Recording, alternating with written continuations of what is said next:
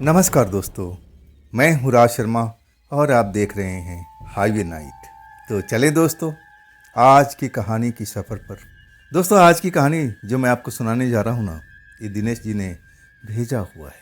कहानी थोड़ी पुरानी है, लगभग 25 साल पुरानी, यानी ये साल 2000 या 2001 की घटना मेरे हिसाब से होगी। दिनेश जी को वो तारीख, महीना, साल बस अंदाज़ा से मुझे बताए थे कि राज भाई, इस कहानी को बीते हुए लगभग मेरे हिसाब से 25 साल हो चुका है।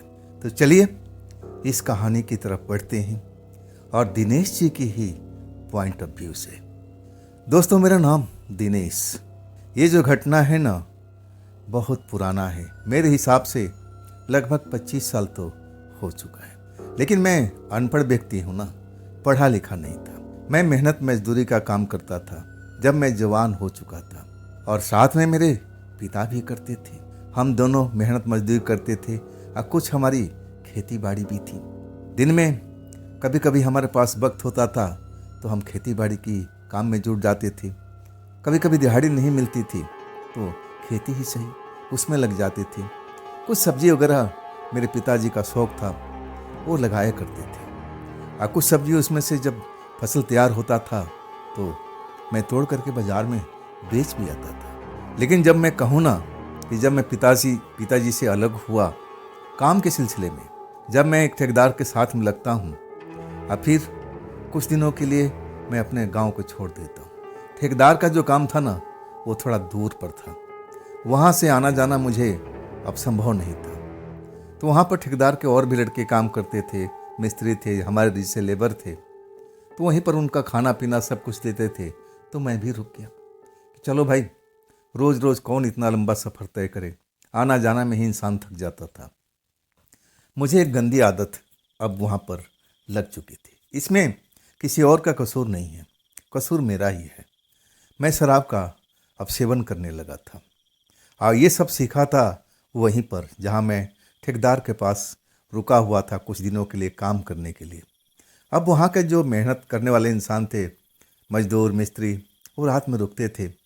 और रात के टाइम में अब मुझे भी अब एक चस्का लगा दिया था कि ले लो, थोड़ी सी ले लो, थोड़ी सी ले लो, शरीर की थकावट दूर हो जाएगी। खैर, मैं जोश जोश में था, नया जोश में था और मैं ले लिया। और इसके बाद तो रोज़ का नियम अब उन्होंने कर दिया था, अरे अब ले लिया, थोड़ा सा और ज़्यादा ले लो। इस तरह करते करते मैं 15 दिन तक रुका रहा। और इसके बाद मैं जब वहाँ से मेरा काम ख़त्म होता है, गांव लौट के आता हूँ ना, तो मैं नशे के अब शिकार बन चुका था। मैं जब घर में आया ना, जब शाम हुई ना, तो मुझे नशे की अब तलब लगने लगी थी। मैं अब सोचने लगा कि मेरे पास चलो तो पैसे तो हैं कुछ, अब चलो, यहाँ तो कोई देने वाला नहीं है। वहाँ तो कोई और भी था जो हमें दे देता था, लेकिन यहाँ कौन देगा। तलब लग रही थी, शरीर टूट रहा था, दर्द से व्याकुल था। मुझे लगा कि 2-4 घूंट भर लूँगा, और लेकिन उसके लिए हमें थोड़ा दूरी पर जाना था, मेन रोड पर जाना था जहाँ ठेका था, और गांव से लगभग 1 किलोमीटर की दूरी। ये रात की बात है। और इसके बाद मैं जाता हूँ वहाँ पर, अपने हिसाब से वहाँ पर दारू खरीदता हूँ और फिर चुपचाप लेके घर में आ जाता हूँ। मेरे घर में कोई दारू वारू को सेवन नहीं करता था, ना मेरे पिताजी, ना दादाजी, कोई भी नहीं था। इस लाइन में कोई था ही नहीं। ये पहला इंसान मैं था अपने घर में जो अपने दारू को अपने घर तक लेके आया था। आज सेम उसी रात को जब मैं चोरी छुपे छत पर बैठ करके, जब लगा कि हाँ, मेरे पापा मम्मी सब परिवार के लोग सो गए हैं, और तब मैं दारू खोलता हूँ। दारू की बदबू शायद मेरे पिताजी ने सूंघ लिया था। हवा उस तरफ भी चल रही थी। अभी तो मैं 2-4 घूंट ही लगाया था, 2-4 पैग ही लगाया था, अभी तो आधा बोतल बाकी था। और तब तक पिताजी चुपचाप छत पर कब आ गए मुझे पता ही नहीं चला। अचानक बिना कुछ बोले, बिना कोई वार्निंग दिए मेरी पिटाई शुरू हो गई थी। हाँ, मैं चिल्लाता रह गया कि पिताजी कम से कम बता तो देते, बात क्या हो गया। आप सीधा कहते थे कि ये बताने लायक बात है, हमारे ख़ानदान में आज तक इस नशा को अपने घर तक नहीं लाया, और तू हमारे घर में ला करके मेरे छत पर पी रहा है। इसके बाद पिटाई तो मेरी हुई थी, लेकिन मैं बहुत गुस्से में था, नशा चढ़ा हुआ था। और मैं अपने पिताजी से अकड़ गया था कि आज के बाद मैं तुम्हारे घर में रहूँगा भी नहीं। तुम मेरे साथ में ऐसा बर्ताव किए हो। नशे में था। पिताजी भी कहने लगे मेरे घर से तू निकल जा, ऐसे औलाद की मुझे ज़रूरत नहीं है, तू जा, कल जाएगा ना, तू आज निकल जा। वाकई में नशे के धुनक में था और मैं थोड़ा सा अपना थैला वगैरह जो अपने मेहनत मजदूरी करते जाता था, जिसमें गमछा वगैरह कुछ पजामा वगैरह वो सब डालता हूँ। माँ मुझे रोकती है, कहाँ जा रहा है, कहाँ जा रहा है। लेकिन मैं नशे में था ना। पिताजी अभी भी चिल्ला रहे थे मेरे पर, मेरे माँ को भी डांट रहे थे कि इसको रोकना मत, इसको रोकना मत, इसको जाने दो, जहाँ जा रहा है ना ये जाने दो, हमारे घर के लायक नहीं है ये। आखिरकार मैं जिद में तो था, और ये सब जिद हुआ था नशे की वजह से। अगर मैं नशा नहीं करता तो ये समस्या ही नहीं आती, और ऊपर से मैं नशा चढ़ चुका था। मुझे अपने पिता से क्या बात करना चाहिए, मैं तो खुद उनको अकड़ने लगा था। और तब मेरे पिताजी को और गुस्सा आ चुका था। मैं घर से तो निकल गया, लेकिन मैं सोचा अब जाऊंगा कहाँ पर, कहाँ जाऊंगा, कहाँ मेरा ठिकाना होगा। अब रात तो हो चुकी है। और तब मेरे दिमाग में वही बात बैठ गई, अरे कहाँ जाना भाई, सीधा अपने खेत में चलते हैं, वहाँ अपनी झोपड़ी बनी हुई है, आराम करेंगे, उसी झोपड़ी में रहेंगे। और मैं अपने खेत में पहुँच जाता हूँ। झोपड़ी थी वहाँ पर, रखवाली के लिए बनी हुई थी। और अभी जो फसल था अभी तैयार नहीं था, अभी इसमें टाइम लगना था। जो साग सब्जी मेरे पिताजी ने लगाए हुए थे अभी उसमें टाइम लगना था। लेकिन आसपास में भी और झोपड़ी थी जो खेती बाड़ी करते थे। अब वहाँ पर कोई था कि नहीं था उस रात को मुझे कुछ नहीं मालूम। मैं अपनी झोपड़ी में जाता हूँ आराम से। अब मेरे पास में आधी बोतल दारू पड़ी थी और मैं दारू को खोल करके बैठ जाता हूँ। नशे में तो था। मुझे लगा कि बस मेरे पिता ने मेरे साथ अन्याय किया है, ऐसा उनको नहीं करना चाहिए था। मैं अब कोई बच्चा थोड़ी हूँ, अब मैं जवान हो चुका हूँ, मैं ऊंच नीच को समझता हूँ। अरे मैं नशा कर लिया तो कौन सा आफत कर दिया, मैंने कौन सा गुनाह कर दिया। मैं अपनी बात को सोच रहा था और मेरी गुस्सा भड़क रहा था। आखिरकार जब मैं बोतल जो बची खुची है उसको पीने लगता हूँ और तब तक आधी रात हो चुकी थी। आसमान में चांद निकला हुआ था, चांदनी रात थी। आसपास के जो खेत वगैरह थे मुझे साफ साफ नज़र आ रहे थे। और भी कोई झोपड़ी थी दूरी पर, थोड़ी इधर उधर भी थी, लेकिन उस टाइम मुझे वहाँ पर कोई नज़र नहीं आया था। अब मैं खेतों में बहुत कम आया करता था, मेरे को खेत वगैरह से ज़्यादा इंटरेस्ट नहीं था। ये सब काम मेरे पिताजी करते थे। मेरे खेत के बगल में किसका खेत है मैं जानता तक नहीं था, और ना मैं कभी आने की कोशिश करता था।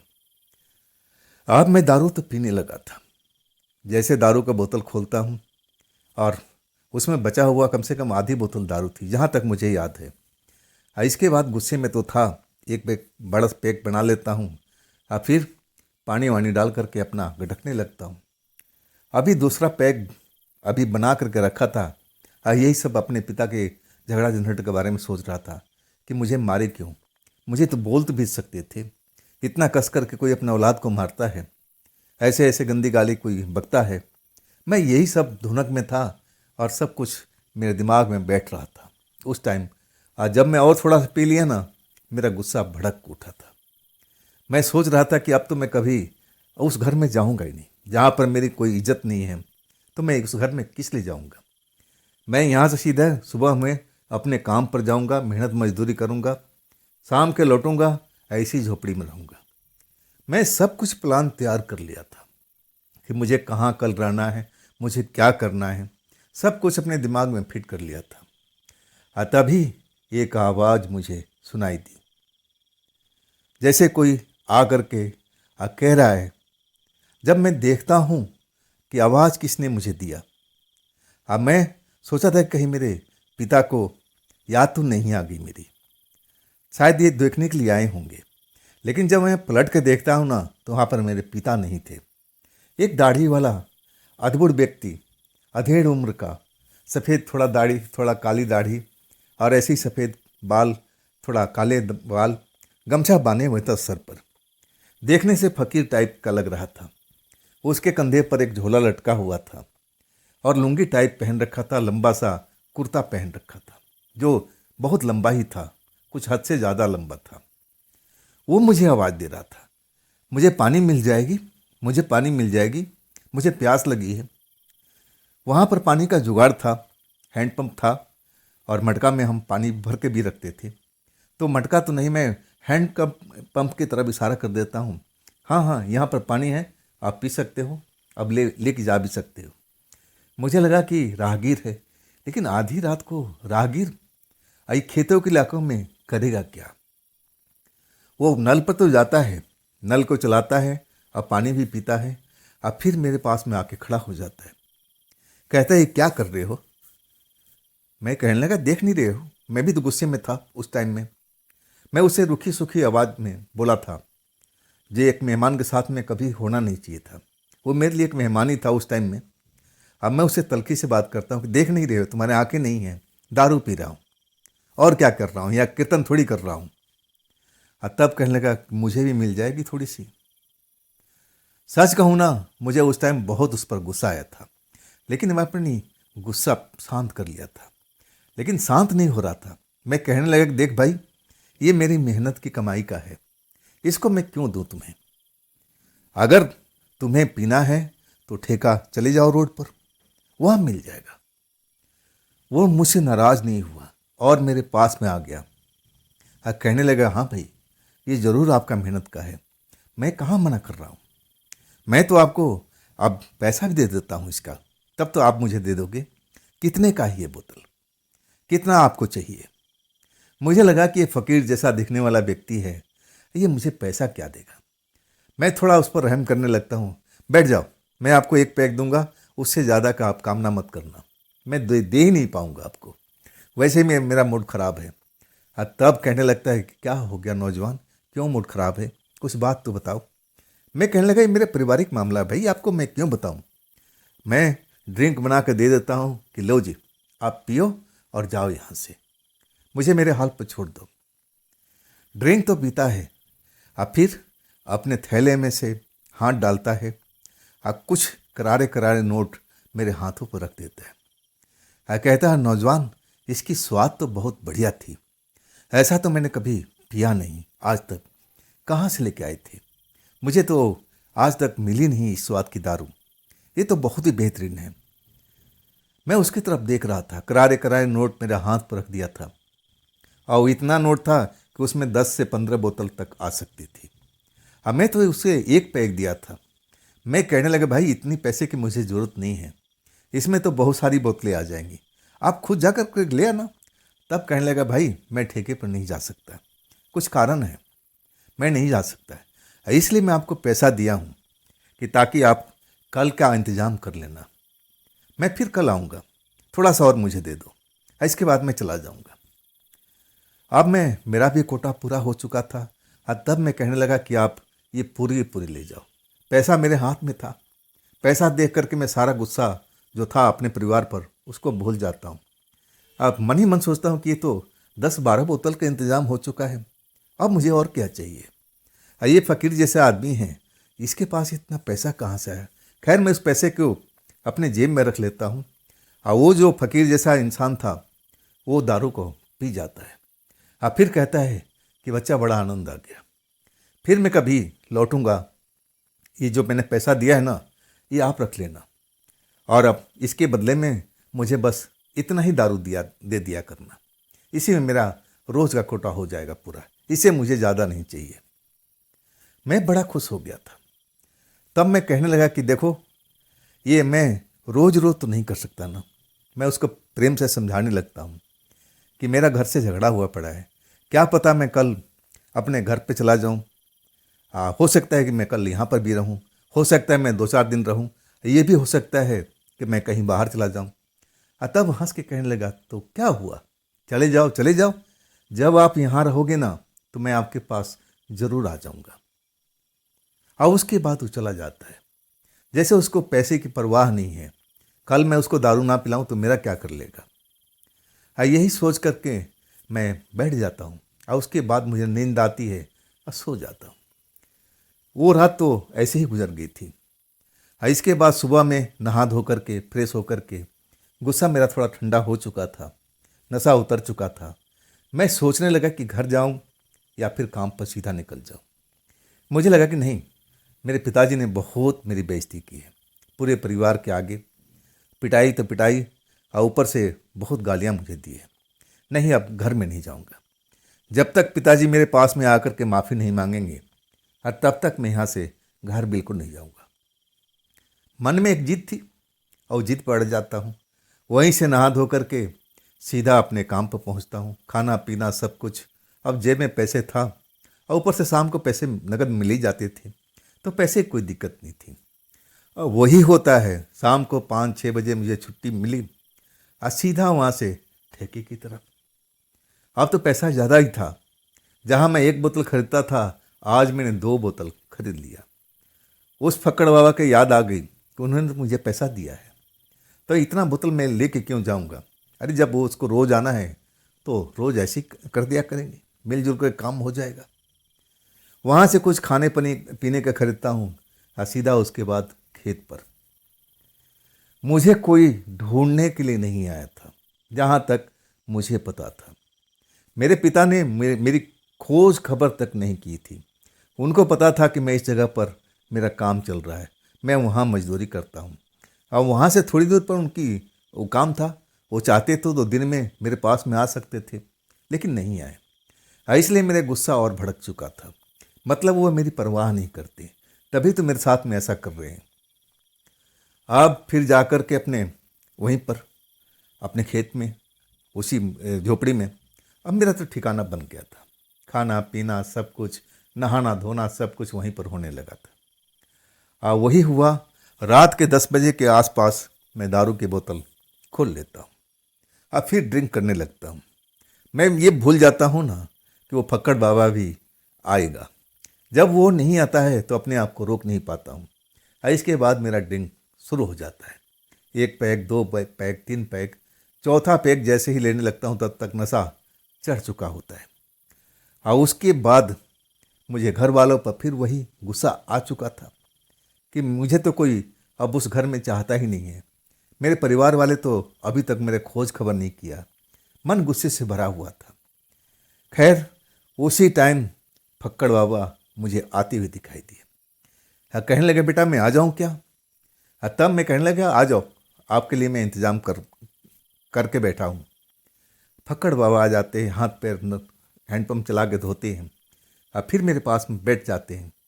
मैं उनको अब बोतल ही पकड़ा देता हूँ कि ये पकड़िए, आप जितना पीना है आप दिल खोल के पीजिए। ये कुछ खाने पीने के लाए हूँ, आप इसको भी खाते रहिए। फक्कड़ बाबा जो थे, मेरे नज़र में ऐसे ही इंसान थे। अब कोई महंगा कपड़ा पहनने रखे थे, देखने से ऐसे ही लगते थे, और वो अपना बोतल शुरू हो गए थे खोल करके। खाते पीते रहे, मेरे बारे में पूछते रहे। तब मैं उनको डांट दिया कि देखिए बाबा, मेरा आपका संबंध इतना ही है। जो आपने बोला था मैंने वो आपका कोटा पूरा कर दिया। अब मेरे बारे में, मेरे परिवार के बारे में ये मत पूछिएगा कि मेरी लड़ाई झगड़ा क्यों हुआ है।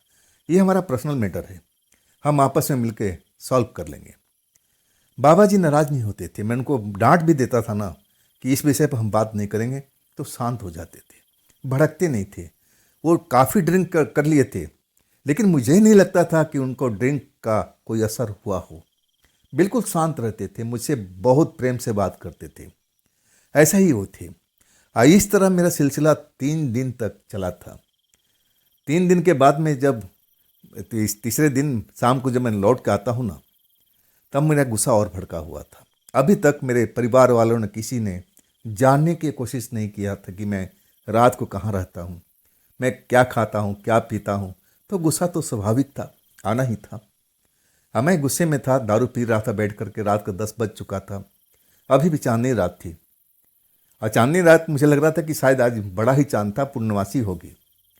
अब वो चांद की रोशनी में दूर दूर तक खेत, फसल, सब्जी वगैरह सब कुछ नज़र आ रहा था। मैं गुस्से में बड़बड़ाता हुआ और ड्रिंक कर रहा था।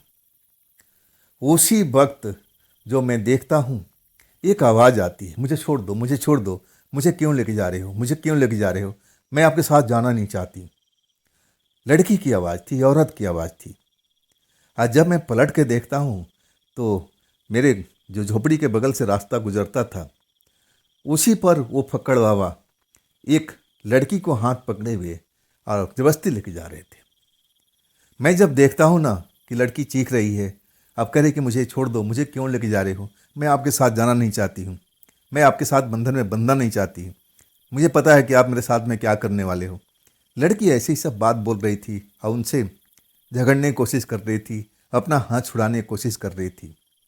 तो मुझे बड़ा गुस्सा आ गया। अरे ये तो देखने में दाढ़ी बढ़ा रखा है, देखने में ऐसे ही फकीर की तरह लग रहे हैं, ये लड़की कौन है, इस लड़की का जबरदस्ती क्यों लेके जा रहे हैं, उसका हाथ क्यों पकड़े हुए हैं, ये तो ठीक नहीं है। मैं दारू जरूर पीता था, लेकिन लड़कियों का, औरत का मैं भरपूर इज्जत करता था। जब वो लड़की चीख रही थी, चिल्ला रही थी, उस फक्कड़ बाबा के साथ जाने को तैयार नहीं थी, तो मेरे मन में बड़ा खटका सा हुआ, ये ऐसा क्यों कर रहे हैं भाई? क्या इनके जानने वाले की हैं, क्या इनके कोई घर के सदस्य है? लेकिन जिस हिसाब से उस लड़की को घसीट रहे थे, खींच रहे थे, हाथ पकड़े हुए, अपने परिवार के सदस्य के साथ में ऐसा कोई जोर जबरदस्ती तो नहीं कर सकता, और वो भी आधी रात के टाइम में। तब मुझे खटका लगा था। मैं अब उनको आवाज़ देने लगा कि बाबा आप रुकिए, ज़रा रुकिए आप। बाबा को पहली बार मुझ पर गुस्सा होते हुए मैंने देखा था, और वहीं से डांट के डपट के बोलते हैं, तू अपना काम कर, जहाँ बैठा है ना, दारू पी रहा है ना, तो दारू पीता रहा, मैं तो इससे बाद में आके मिलूंगा, लेकिन मेरा ये पर्सनल मैटर है, इसमें तो बिल्कुल नहीं बोलेगा। मैं पहली बार उनको इतना गुस्सा हुए देखा था। एक पल तो मैं शांत हो गया था, लेकिन लड़की का चीखना चिल्लाना मुझे सही नहीं लग रहा था। मेरे अंदर जमीर जो था ना, वो जाग गया था कि नहीं नहीं, ऐसा मैं तो देख नहीं सकूंगा। मैं परवाह नहीं करता हूँ उस बाबा का, फक्कड़ बाबा का। अब मैं सामने जा खड़ा हो जाता हूँ। कौन है लड़की? मुझे थोड़ा सा शक हुआ कि देखने में इनकी उम्र लगभग 40 से 50 साल के बीच में है, और इनके साथ में एक जवान लड़की, और वो भी आधी रात के वक्त में, और लड़की भी खूबसूरत। लड़की इनके साथ में जाना नहीं चाहती है, ये ना जाने क्या क्या बोल रही थी, तो क्यों इसको लेके जा रही है? मैं कहता हूँ बाबा, मैं आपकी इज्जत करता हूँ, ये कौन है लड़की, आप इसको जबरदस्ती क्यों लेके जा रही हो?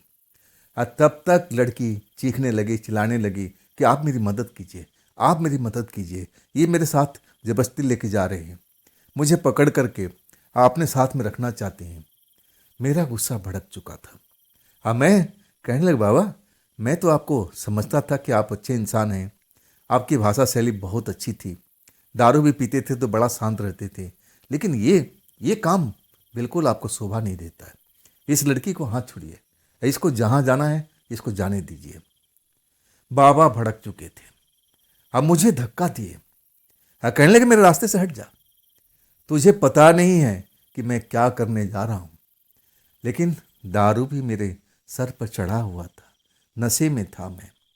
आज जब वो धक्का देते हैं ना, तो मेरा गुस्सा उबाल मारने लगता है, और तब तो मैं बाबा के सामने फिर खड़ा हो जाता हूँ।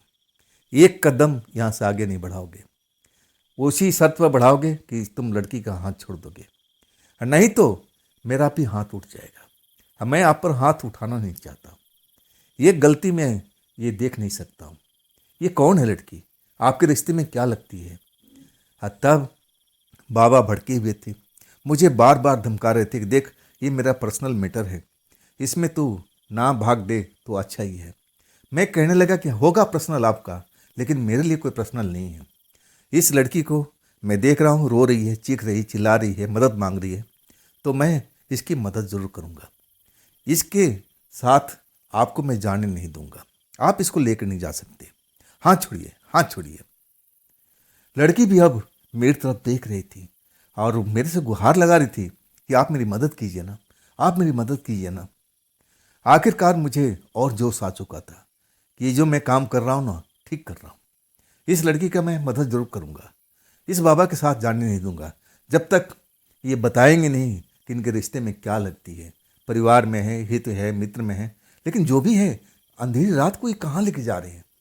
मेरे मन में बहुत तरह का विचार आ चुका था। और तब बाबा फिर मुझे धकेलते हैं, अपने दोनों हाथों से जोर का झटका देते हैं। पहली बार मुझे लगा कि उनके हाथ में बहुत ताकत है, और जैसे ही झटका देते हैं ना, मैं तो खेतों में जा गिरता हूँ। एकदम सर चकराने लगता है, जैसे बिजली का झटका सा मुझे महसूस होता है। लेकिन मैं नौजवान था और ऊपर से नशे में था। मैं परवाह नहीं किया। अब मैं झटके से उठता हूँ, फिर जाता हूँ कि बाबा मुझे मजबूर मत कीजिए, नहीं तो मैं आप पर हाथ भी उठा सकता हूँ। मैं आपका इज्जत करता हूँ, अब बस उसी में रहने दीजिए। इस लड़की को हाथ छोड़िए, इसको जाने दीजिए। जहाँ जाए, जहाँ का रहने वाली खुद चली जाएगी। मैं कहता हूँ तुम चली जाओगी ना? तब कहती हाँ मैं चली जाऊँगी, ये मुझे बस छोड़ दे हाथ। बाबा से मैं जबरदस्ती करता हूँ कि जब तक आप हाथ नहीं छोड़ोगे मैं आपको यहाँ से हिलने नहीं दूंगा। इसके लिए मुझे चाहे आप पर हाथ क्यों नहीं उठाना पड़े। बाबा भी समझ गए थे, और वो समझ गए थे कि मैं बहुत गुस्से में हूँ। तब उनका गुस्सा थोड़ा शांत हुआ। फिर मेरी तरफ देखे कहने लगे, क्या तुम्हें पता है ये लड़की कौन है? मैं कहने लगा कि हाँ, किसी की बहन है, किसी की बेटी है, किसी को कोई और रिश्ते में लगती होगी। मैं यही ऐसे ही बोला था। तब कहने लगे कि कभी होगी, लेकिन अब नहीं है। ये मरी हुई लड़की है। जब बाबा बोलते हैं ना कि मरी हुई लड़की है, मेरे सामने में तो जिंदा खड़ी थी।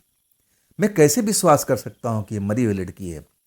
मैं कहने लगा बाबा किसी और की तुम समझाना कि ये मरी हुई लड़की है। मैं इतना नशे में भी नहीं हूँ। जो आप मुझे बता रहे हो ना कि ये मरी हुई लड़की है, ये कहाँ से मरी हुई है? मैं मान भी ला कि मरी हुई है, तो तुम इसको क्या करोगे? कहाँ लेके जा रही हो? इस लड़की का हाथ छोड़ दो। लेकिन बाबा मुझे शांत कराने लगे। मेरा गुस्सा उफान पर आ चुका था। मैं बाबा के किसी बात को समझ नहीं रहा था। बाबा मुझे शांत कराने लगे। कहने लगे, नौजवान मेरी बात को सुन। जो तू समझ रहा ना, ये सब बात नहीं है। ये मरी हुई लड़की की आत्मा है। तू मेरी बात को समझता क्यों नहीं? मैं इसके साथ में कुछ पूजा पाठ करने जा रहा हूँ, तभी मैं इसको पकड़ के ले आया हूँ। इसे मैं बहुत कुछ काम कराने की कोशिश करूँगा। जब ये बोलते हैं ना, तो मुझे यकीन नहीं होता है। कैसे मैं मान लूँ? मेरे सामने एकदम आम लड़की की तरह दिखाई दे रही थी। वो गुस्सा कर रही थी, वो रो रही थी, चिल्ला रही थी। तो कैसे ये प्रेतात्मा कैसे हो सकती? मैंने कभी प्रेतात्मा को, कोई भूत को, ऐसी शक्ति को मैंने कभी देखा नहीं था, और ना ही मैं इन चीज़ों पर यकीन करता था। मैं कहने लगा, बाबा मुझे आप अब बना रहे हो। आपको लगता है कि मैं नशे में हो चुका हूँ ना? आप इस लड़की का हाथ छोड़ दो। आप कहने लगे बाबा मुझे समझाते हुए कि देख नौजवान, अगर मैं इस लड़की का हाथ छोड़ दूंगा ना, ये लड़की फिर भाग जाएगी। मैं पकड़ नहीं पाऊंगा। बड़ी मुश्किल से तो इसको मैं पकड़ कर ले आया हूँ, और तुम मेरे रास्ते से हट जाओ। तुम समझ लो ना, तुम समझते क्यों नहीं हो? ये जिंदा नहीं है, ये मरी हुई है। इसके मरे हुए ना जाने कितने अब टाइम हो चुका है। तुम समझने की कोशिश करो। ये प्रेतात्मा है, ये आत्मा है लड़की के रूप में। ये जीती जागती लड़की नहीं है। मैं भला उनकी बात पर क्यों यकीन करूं? मैं कहने लगा कि चाहे कुछ भी हो, आप इस लड़की का हाथ छोड़ दो, और तब आप समझ लो यहाँ से जा सकते हो। नहीं तो आप समझ सकते हो ना कि मैं क्या कर सकता हूँ। मैं भी गुस्से में था। लड़की भी चिल्ला रही थी कि आप मेरी मदद कीजिए, आप मेरी मदद कीजिए। और जितना वो रोती थी, चिल्लाती थी, मुझे बहुत जोश आ जाता था, गुस्सा आ जाता था बाबा के प्रति, और मैं अपना गुस्सा निकालने लगता था। आखिरकार जब बाबा को लगने लगा कि मैं उनका रास्ते से हट नहीं पाऊंगा, तब बाबा कहने लगे, देख मैं तुझ पर कुछ आजमाना नहीं चाहता था, लेकिन तू मुझे मजबूर कर रहा है। तू मुझे मजबूर कर रहा है कि अपनी शक्तियों को तुझ पर आजमाऊं। अभी भी तेरे पास मौका है। मैं तुझे एक साधारण सीधा साधा लड़का समझ रहा था, और तू तो सर पर चढ़ के अब बोल रहा है। तू मेरे रास्ते से हट जाए, नहीं तो मैं तेरे को कुछ कुछ कर दूंगा। मुझे इस बात की परवाह नहीं थी कि मेरे साथ में क्या करेंगे, नहीं करेंगे। मैं तो उस लड़की को छुड़वाने की कोशिश कर रहा था, और जबकि बाबा जी ने बोल दिया था ये लड़की जीती जागती नहीं है, जैसे तुम्हें दिखाई दे रही ना, ऐसी है नहीं है।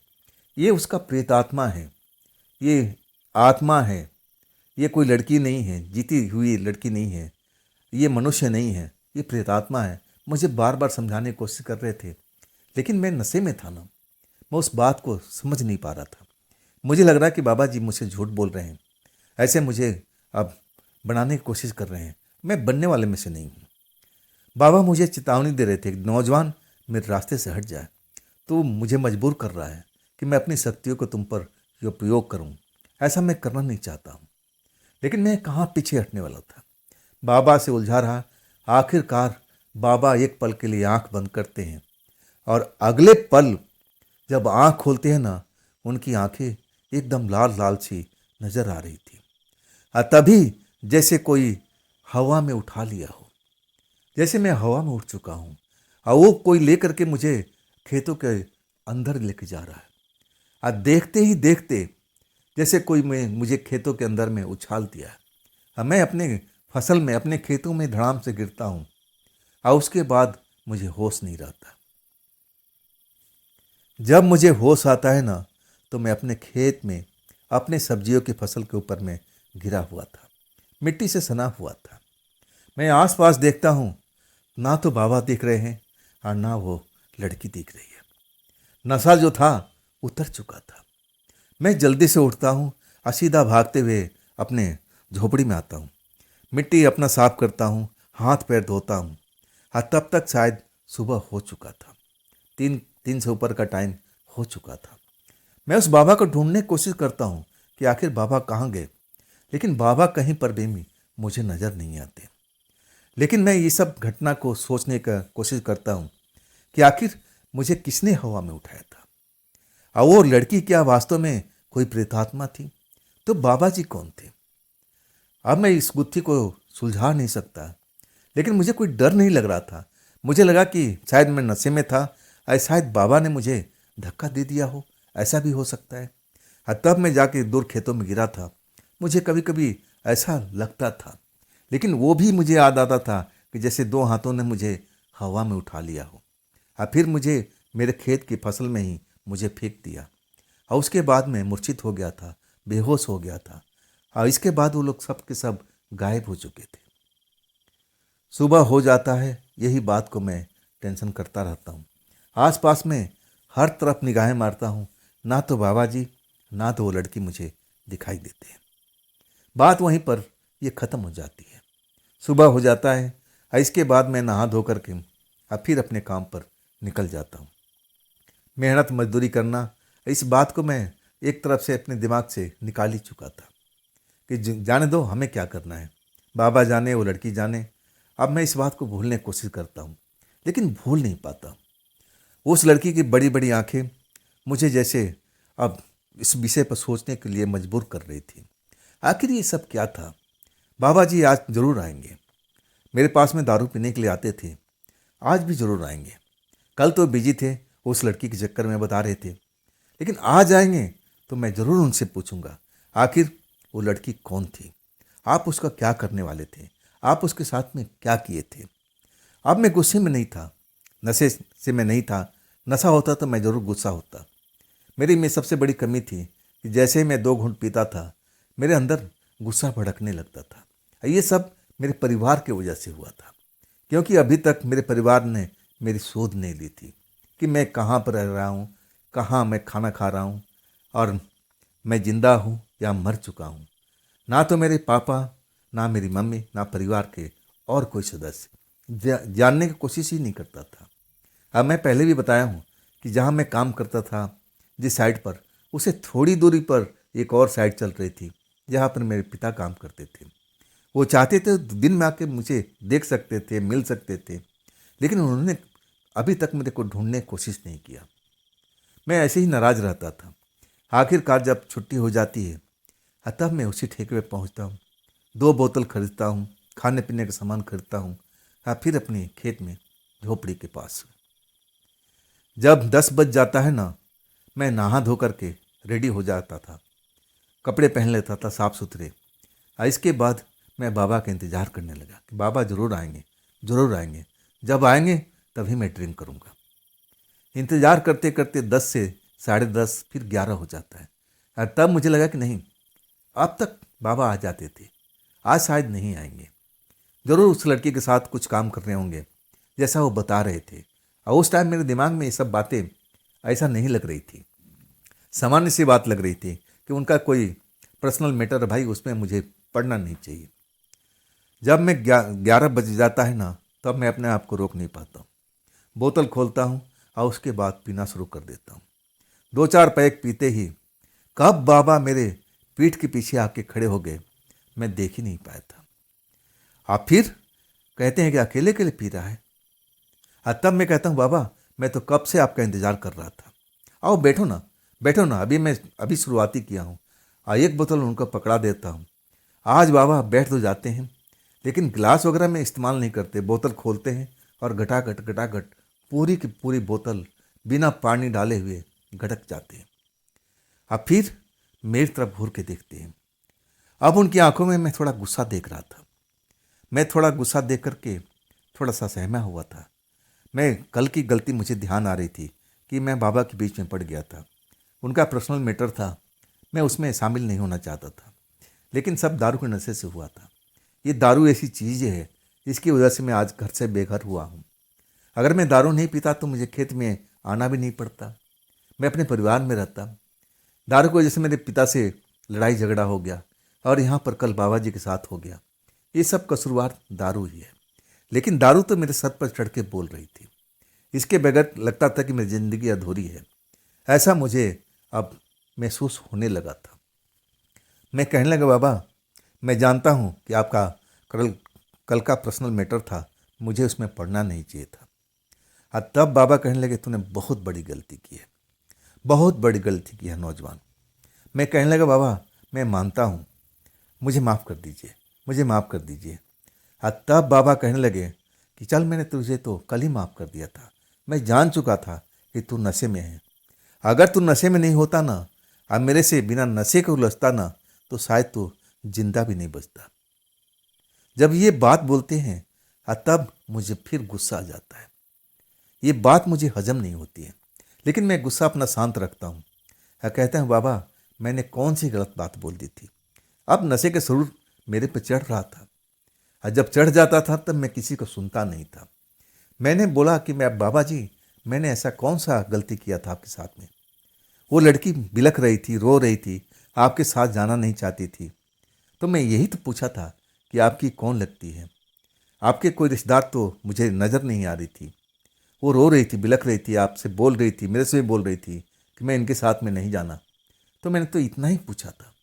आप मुझ पर नाराज़ हो गए थे, आपने मुझे 2 बार धक्का दिया था, लेकिन एक बार जो मेरे साथ में हुआ बाबा, ये आपने किया था या कौन किया था।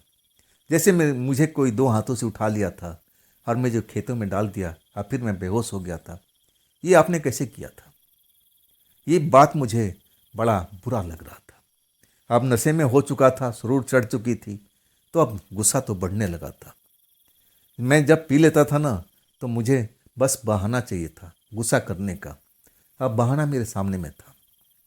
बाबा भी पूरी बोतल गटक चुके थे, लेकिन ऐसा लग रहा था कि गुस्सा में तो जरूर हैं, लेकिन बहके हुए नहीं थे। शायद ये हजम कर सकते थे पूरी की बोतल, उनमें इतनी कैपेसिटी थी। तब कहने लगे, नौजवान तू शुक्र मना कि कल मैं तुम्हें छोड़ दिया जिंदा, नहीं तो मैं तुझे जिंदा नहीं छोड़ता।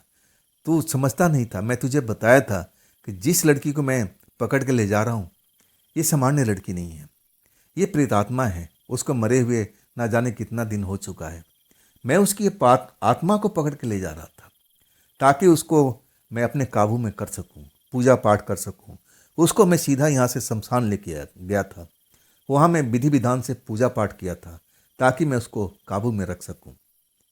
जब ये बाबा बोलते हैं ना, तो मैं थोड़ा सहम जाता हूँ। मैं कभी भूत प्रेत को इतनी बारे में नज़दीकी से नहीं जाना था। मैं तो प्रेतात्मा आत्मा क्या होती है, मुझे इस चीज़ का भी पता नहीं था। तब बाबा मुझे समझाने लगे कि तू बहुत बड़ा कल गलती किया था, लेकिन मैंने तो तुझे माफ़ कर दिया, लेकिन आगे से ऐसी गलती कभी मत करना। तब मैं थोड़ा सा डर चुका था। कहने लगा, बाबा कि क्या वो लड़की अभी भी आपके पास में है। तब बाबा कहने लगे, हाँ अभी भी है, इसी जगह पर है, क्या तुझे दिखाऊं। मैं एकदम जोश में आ गया था। कहने लगा, हाँ आप दिखाओ तो सही, तब मैं जानूंगा कि वो प्रेतात्मा थी कहाँ पर है, कहाँ पर है। बाबा भी पूरा बोतल गटक चुके थे। कहने लगे, तू मुझे आजमा रहा है क्या। मैं कहने लगा, हाँ आप ऐसे समझ लो, मैं भी अब अब फुल मोशन में हो चुका था, दारू मुझ पर चढ़ने लगी थी। तब मैं कहा कि हाँ, आप ऐसा ही समझ लो। कल तो आप मुझे धक्का देकर निकल चुके थे, लेकिन आज मेरा सवाल के जवाब दिए बिना आप जा नहीं सकते। मुझे बताना होगा। मैं जानना चाहता हूँ कि वो लड़की कौन है जिसको आप पकड़ के ले गए थे। मैं भूत प्रेत पर यकीन नहीं करता। अगर वो लड़की आपके साथ में है तो मुझे दिखाओ ना। तभी तो मैं यकीन कर पाऊंगा। बाबा कहने लगे, नौजवान, अब अपना तू दारू पी ले ना, जाके झोपड़ी में आराम से लेट जा। कल मैं तुमसे मिलूंगा और फिर पूरी बात को समझाऊंगा। मैं कहीं जा रहा हूँ, मुझे देर हो रही है। मैं कहने लगा, बाबा मैं आपको जान नहीं दूंगा। जब तक ये बात को नहीं बताओगे तब मैं समझ कैसे पाऊंगा कि जो आप बोल रहे हो वो झूठ है या सच है। आप मुझे साबित करो ना। बाबा मुझे समझाने लगे कि देख, फिर तू कल वाली हरकत कर रहा है। तू सुधर जा, सुधर जा। मैं तुझे ऐसा कुछ करना नहीं चाहता हूँ। मैं कहने लगा, बाबा मैं आपसे डरता नहीं हूँ। आज भी, कल भी नहीं डरा था और आज भी नहीं डरूंगा। लेकिन आप अगर सच हो तो सच को मुझे बताओ ना, साबित करो ना। इतना ही तो मैं चाहता हूँ। आपसे मेरी कोई दुश्मनी नहीं है, ना मैं आपसे लड़ाई झगड़ा करना चाहता हूँ। तो आप साबित तो करो कि आपके साथ में वो प्रेतात्मा अभी भी है। तब बाबा पीछे मुड़ते हैं और कहते हैं, आ जाओ, इसके सामने में आकर खड़ी हो जाओ। और अगले पल जो मैं देखता हूँ ना, मेरी आंखों पर यकीन नहीं होता है। वही लड़की जो कल की रात में डर रही थी, बाबा से दूर भाग रही थी, हाथ छुड़ाने की कोशिश कर रही थी, वो बाबा का आदेश का पालन कर रही थी। कहाँ से निकल के आई अंधेरे में से मुझे पता ही नहीं चला। अब मेरे सामने आकर खड़ी हो गई। कल वाली ही लड़की थी, कोई बदलाव नहीं था, कोई चेंजेज नहीं था। कपड़ा लत्ता सब कुछ वही, मुझे सब कुछ दिखाई दे रहा था, कोई फर्क नहीं था। जैसे ही देखता हूँ ना, मैं सहम जाता हूँ। क्या ये आपके पीछे में खड़ी थी? तब बाबा हंसते हुए कहने लगे, मैंने साबित कर दिया ना, अब मैं जाऊं ना। मैं तो बोलती बंद हो चुकी थी।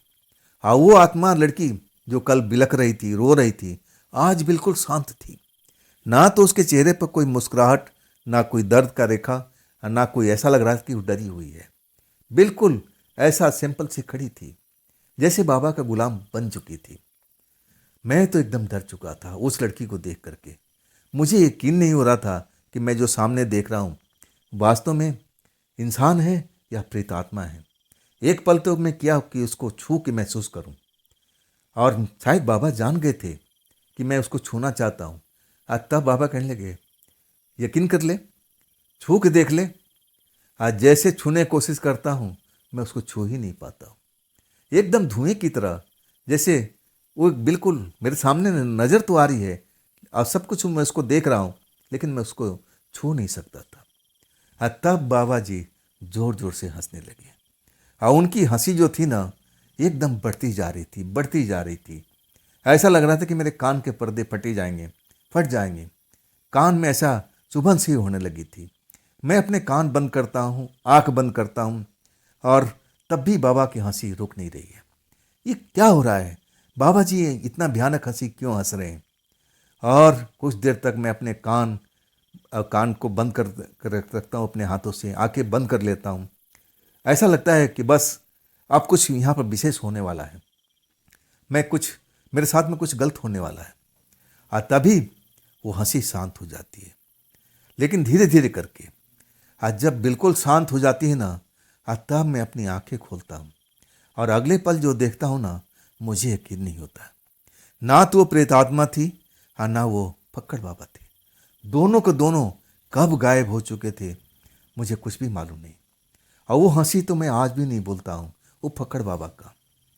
अगले पल मैं इतना भयभीत हो चुका था, डर चुका था कि मैं सब कुछ, अपना बोरिया बिस्तर मैं वहाँ से उठाया तक नहीं, सीधा अपने घर की तरफ भागने लगता हूँ। आता हूँ अपने दरवाजे पर, मैं पिछला जो कहानी घर पर बनी थी सब कुछ भूल जाता हूँ। धड़ाधड़ दरवाज़ा पीटने लगता हूँ। आखिरकार माँ आके दरवाज़ा खोलती है, और जैसे ही मुझे देखती है ना, गले से लगा दी थी, कहाँ था तू, कहाँ था तू? मैं कहने लगा, मुझे अंदर आने दो, अंदर आने दो। वो शायद समझ गई कि मेरे साथ में कुछ बुरा हुआ है, और तब तक मेरे पिता भी अब जाग चुके थे, वो भी आ जाते हैं। कुछ गुस्सा नहीं होते हैं, नाराज नहीं होते हैं, चुपचाप आके खड़ा हो जाते हैं। घर के बाकी सदस्य भी आ जाते हैं। मेरी माँ ही पूछती थी कि कहाँ था तू, इतने दिनों से कहाँ था तू, मैं तुझे बहुत ढूंढी, तेरे पापा भी बहुत ढूंढे, लेकिन मैं उस विषय पर कोई बात ही नहीं करना चाहता था। अब मैं अपनी माँ को पूरी कहानी बताने लगा कि मैं खेत में था, मेरे साथ में ऐसा हुआ माँ। वो फक्कड़ बाबा कौन थे? तब मेरे पिता मेरे पास में आते हैं, मेरे सर पर हाथ फेरते हैं और कहते हैं तू अभी भी मुझसे नाराज है और आज भी तू दारू पी रखा है। ये सब दारू की वजह से हुआ है। अगर तू दारू नहीं पीता तो उस फक्कड़ बाबा से तेरी मुलाकात नहीं होती। वो कोई फक्कड़ बाबा नहीं थे, वो अघोरी है। अघोरी एक साधु जो बहुत साल पहले मर चुका है। अब उसकी आत्मा वहाँ पर भटकती है। मैंने भी उसको देखा है उस रास्ते से जाते हुए, लेकिन मुझे पता था ये इंसान नहीं है, ये एक प्रेतात्मा है। मैं उससे उलझना नहीं चाहता। अब मैं उसको कभी टोका नहीं, आते जाते मैं जरूर देखता था, लेकिन कभी उसका रास्ता नहीं रोका। तूने ये सब काम किया है, इसीलिए तू सब कुछ देखा है, तू जिंदा बच गया है, इतना ही तेरे लिए काफ़ी है। सच कहूँ ना, उस घटना से मैं इतना डरा हुआ था, सब कुछ मैं भूल चुका था। घर में किसके साथ लड़ाई हुआ था, मेरे पापा ने मेरे साथ पिटाई किया था, सब कुछ भूल गया था। मैं सबको माफ़ कर दिया था। मैं इतना डरा हुआ था कि मैं काम पर भी नहीं जा रहा था, लेकिन उस वक्त में मेरे पिता ने मेरी मदद किया था। उस डर से निकालने पर जब तांत्रिक के पास मुझे ले जाते हैं, ओझा गुनी के पास ले जाते हैं, और काफ़ी दिनों के बाद मैं उस डर से निकल पाता हूँ। और उसके बाद मेरी हिम्मत नहीं होती है कि दिन के टाइम भी अपने खेतों में चला जाऊँ। ऐसा मुझे आज भी डर लगता है जब इस बात को सोचता हूँ तो, कि कहीं फक्कड़ बाबा मुझे नज़र तो नहीं आ गए। तो दोस्तों, ये थी दिनेश जी की भेजी हुई घटना। ये आपको कैसी लगी कमेंट में ज़रूर बताइएगा। हाँ दोस्तों, अगर आपके पास में ऐसी कोई घटना है, कोई अपनी आप बीती है, जो कोई अपनी स्टोरी है, तो आप मुझे इंस्टाग्राम पर, मेरे व्हाट्सएप नंबर पर, मेरे मेल आईडी पर आप शेयर कर सकते हो। हाँ दोस्तों, ये भी चैनल आप ही का है, तो इसको भी अपना प्यार दीजिए, लाइक कीजिए, सब्सक्राइब कीजिए, शेयर कीजिए। हाँ, फिर मिलते हैं दोस्तों जल्द ही इसी चैनल पर, इसी टाइम पर। आप लोग अपना ख्याल रखिएगा।